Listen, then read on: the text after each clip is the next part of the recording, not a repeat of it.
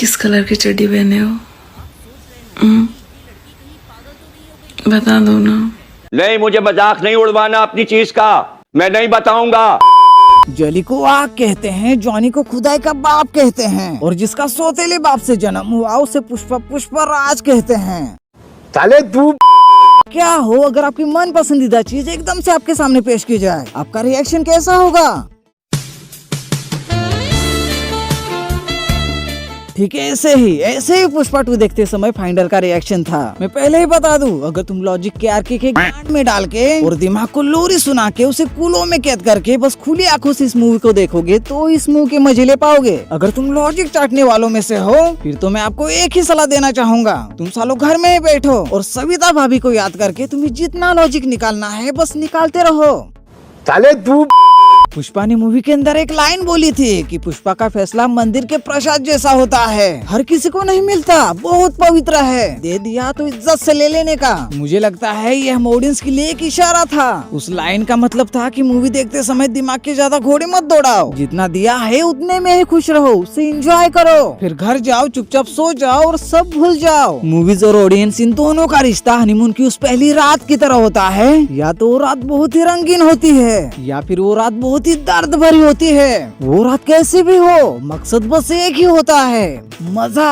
अपन को मजा मांगता है, फिर चाहे वो मजा तुम लुंगी उठाकर दो या साड़ी उठाकर, कुछ भी करो, लेकिन हमें मजा दो, मजा दो, मजा दो। पुष्पा 2 ये वही मूवी है जो हमें मजा दिलाने में थोड़ी सी भी कंजूसी नहीं करती। फिर चाहे इसका डायरेक्शन हो, सिनेमेटोग्राफी, बीजीएम, लोकेशन, मूवी की एडिटिंग एकदम टॉप लेवल की लगती है। वही अगर एक्टिंग की बात करे तो फहद फाजिल की एक्टिंग के लिए मेरी तरफ से एक चुम्मा। अल्लू अर्जुन तुझसे ग्रेट हो, प्लीज मेरा तोहफा कबूल करो। और रश्मिका आपकी वो कामा सूत्र वाली हरकतों के लिए मेरी जॉनी की तरफ से सैल्यूट है। पता है इस मूवी में पुष्पा की अगर किसी ने कह के ली है तो वो है श्रीवल्ली। साली कुतरी ठरकी श्रीवल्ली ने पुष्पा को ऐसा चूसा कि चूस के उसकी हालत जॉनी सिंस के चूसे हुए गन्ने की तरह कर डाली। और ये कोई मजाक नहीं है, साला ऐसी बाई को किसी को ना मिले। सच में अगर पुष्पा छपरी है तो उसकी बीबी श्रीवल्ली छपरी इंटू 200 है। इन दोनों के 36 के 36 छपरियों वाले गुण मिलते हैं। पुष्पा किसी के सामने झुके ना झुके, लेकिन वो डॉगी पोजीशन की तरह श्रीवल्ली के आगे जरूर झुकता है। बेसिकली पुष्पा एक पत्नीव्रता हस्बैंड है, या फिर कह सकते हो पुष्पा को बीबी मोनिया नामक बीमारी हो चुकी है। ये एक ऐसी बीमारी है जो बीबियों के लिए तो एक वरदान है, लेकिन पतियों के लिए ये काले श्राप की तरह है। इस बीमारी में पति अपनी बीबी की किसी भी चीज को मना नहीं कर पाता।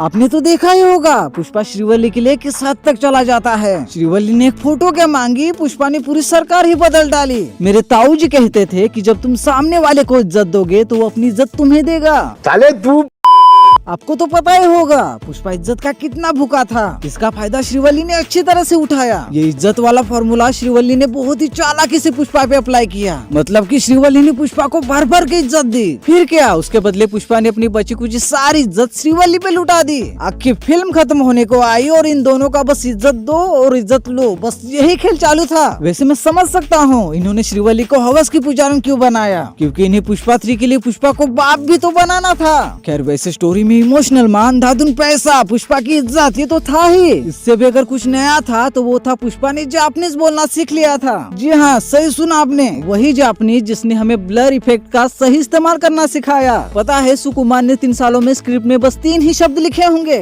Only fan service. पूरी कहानी पुष्पा की पुष्पागिरी में ही निकल जाती है। ये मूवी खास करके उन लोगों के लिए बनाई गई है जिनके रिसेंटली अभी अभी जवानी के बाल आना शुरू हुए हैं। फिर चाहे इसका एक्शन हो, डायलॉग बाजी हो, प्यार करने का तरीका हो, ये सब जैसे निब्बा निब्बी से इंस्पायर होके बनाया गया हो। ये मूवी आपको इतना ज्ञान देती है कि ज्ञान लेते लेते आपकी गेंद ही फट जाती है। जैसे ये मूवी हमें सिखाती है कि टेढ़े छपरियों के ऊपर ही तितलियां मंडराते हैं, सीधे साधे आशिकों के ऊपर तो बस वट व गुल ही लटकते हैं। इससे भी गहरा ज्ञान ये मूवी देती है कि जब तक आप रूल के हिसाब से चलोगे तब तक आप नॉर्मल इंसान की तरह घिसते ही रहोगे, और जैसे ही आप रूल तोड़ने शुरू करोगे आप पुष्पा की तरह मादक बनते जाओगे। अब लोगों को वो हीरो नहीं चाहिए जो बस अच्छाई की बीन बजाते फिरे। इस मूवी की यही खास बात है कि ये मूवी हमारे मुंह पे ऐसे डायलॉग मारती है कि हमारा शरीर घुसबम देते देते हमारे बम का दम निकाल देती है। ये मूवी बाकी मूवीज की तरह ही एकदम सेम मूवी है, लेकिन सुकुमार ने हम ऑडियंस के सामने जिस तरीके से इस मूवी को परोसा है वही इस मूवी को बाकी मूवी से अलग बनाती है। लेकिन ये मूवी इतनी भी अच्छी नहीं है कि आप बस इसे चाटते ही रहे। इन्होंने जापान में जाके अपनी साउथ वाली औकात दिखा ही दी। पता नहीं इनकी फिजिक्स को हुआ क्या है, कभी इनकी ग्रेविटी घास चरने जाती है तो कभी हस्त मैथुन करने। अगर ये मूवी मूवी गलती से भी फिजिक्स वाला ने देख ली, फिर तो उन्हें न्यूटन ही बचाए। अपना पुष्पा यहाँ से वहाँ ऐसे उड़ता रहता है जैसे बंदर के पर निकल आए हो। विलन्स को तो इन्होंने विलन कहने के लायक नहीं छोड़ा।